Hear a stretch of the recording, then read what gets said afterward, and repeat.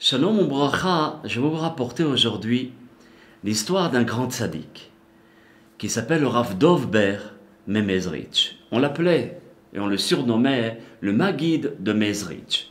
Il est né le 28 Av 1704 et il est parti de ce monde le 19 Kislev 1772. C'est le remplaçant du Baal Shem Tov, pour dire que c'était le géant de la Torah. Et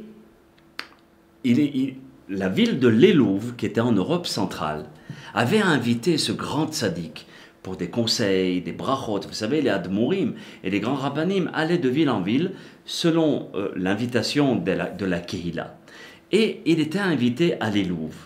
Et dans cette ville-là, lorsque tout le monde a accueilli le rabbi, le tzaddik, Baruch Hashem, toute la communauté est sortie pour recevoir le admour.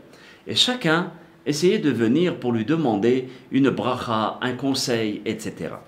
Et dans cette même ville, dans la ville de Lélouv, il y avait une jeune fille qui s'appelait Rivka, c'est son vrai nom, son vrai prénom. Et Rivka était très stricte concernant son futur mari. Elle était jeune fille et elle voulait absolument se marier avec un Talmid Hacham. Ça veut dire un homme qui connaissait la Torah.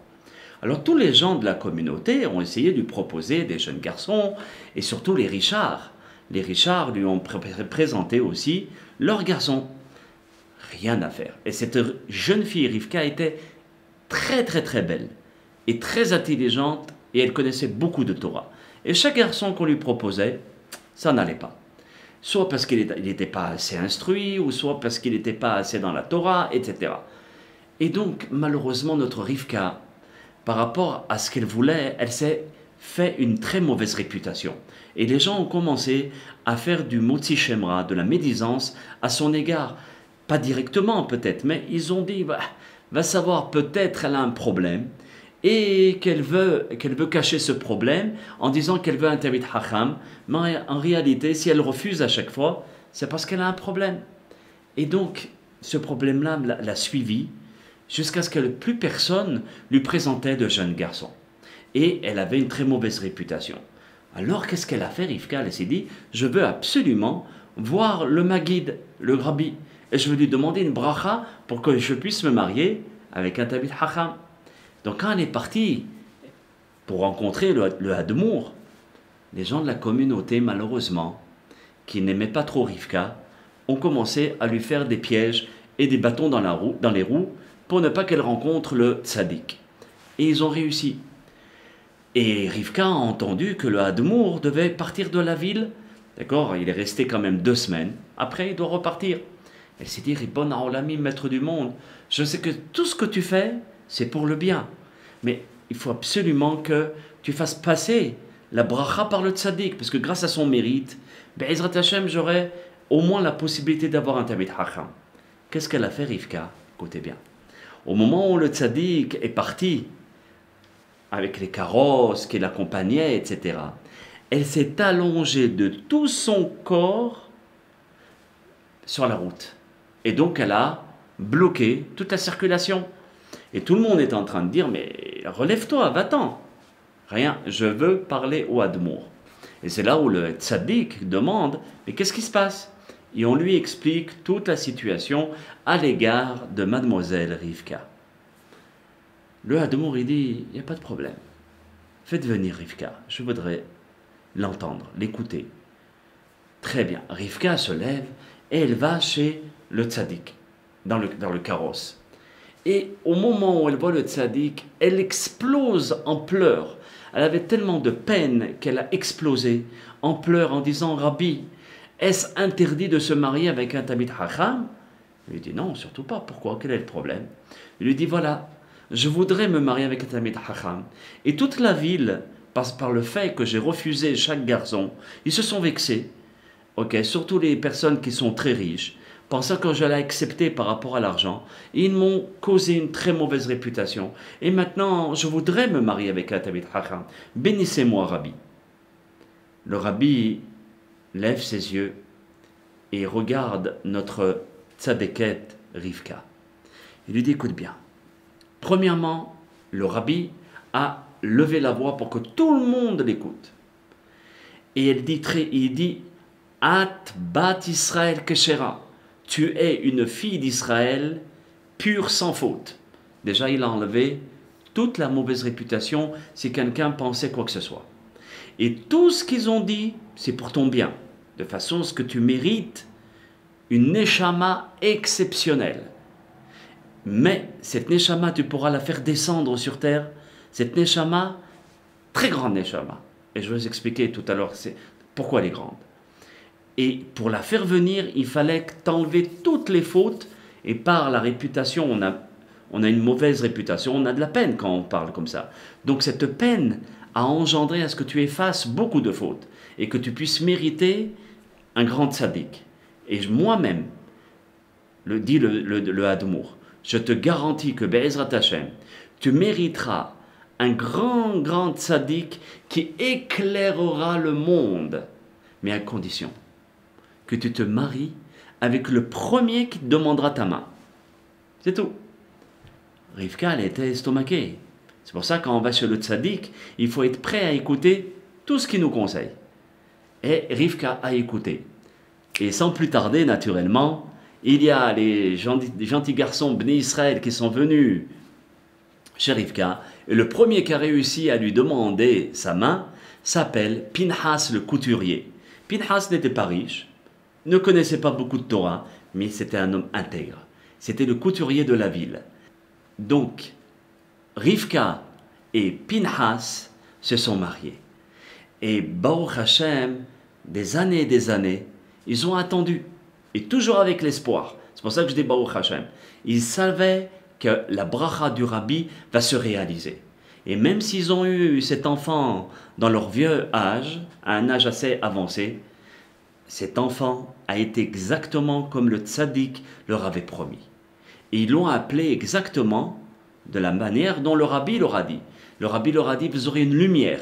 Donc ils ont appelé leur enfant Uri, ma lumière. Et c'est à ce moment-là que Uri Misterlisk est né dans la ville de Blarus, c'est à côté de Yanov, c'est en Europe centrale.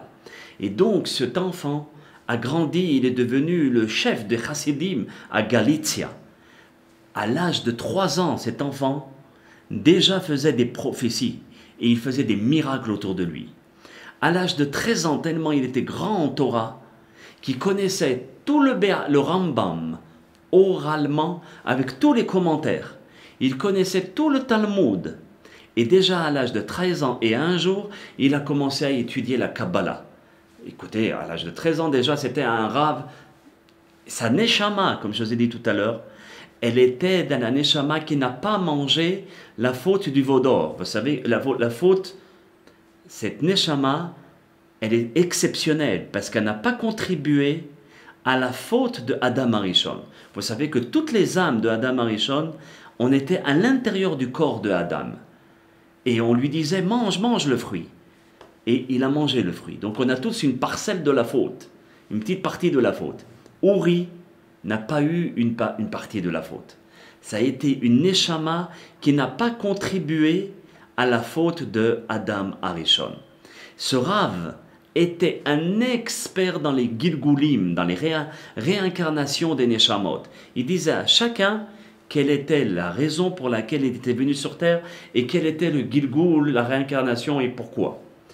Et ce Rav, il a reçu de son maître une force exceptionnelle qui s'appelle la force de la Hitlahavut, être en feu vraiment et avoir une dévotion pour Akadosh Baruch Hu. À chaque fois quand il faisait cette tefila, tellement il était en dévotion, tellement il était concentré, qu'avant de partir et quitter sa famille, il disait, je vous dis au revoir ou peut-être même adieu, parce que peut-être il se peut que ma neshama ne revienne pas.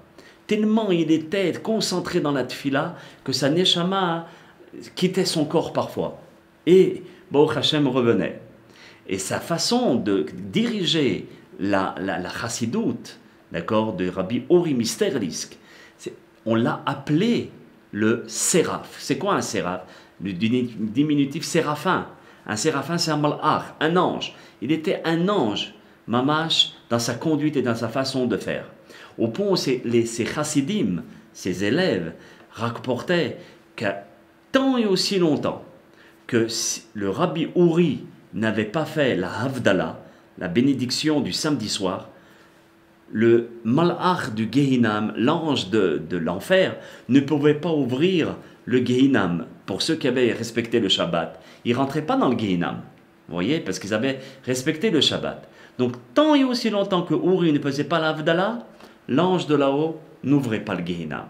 Dès qu'il disait la Havdalah, et très très très tard, à ce moment-là, on ouvrait le Gehinam. Il a écrit un livre, mes chers amis, un livre qui s'appelle le Imre Kodesh. Ce sefer-là, à l'intérieur, c'est rien que des codes. C'est de Admour en Admour qui se le transmettent et ils l'achètent à prix comptant, à un prix très élevé. Et donc, chacun à l'intérieur découvre des mystères de la Torah à l'intérieur. C'est tout par code. Donc, même si on a le livre, on ne comprend pas tout.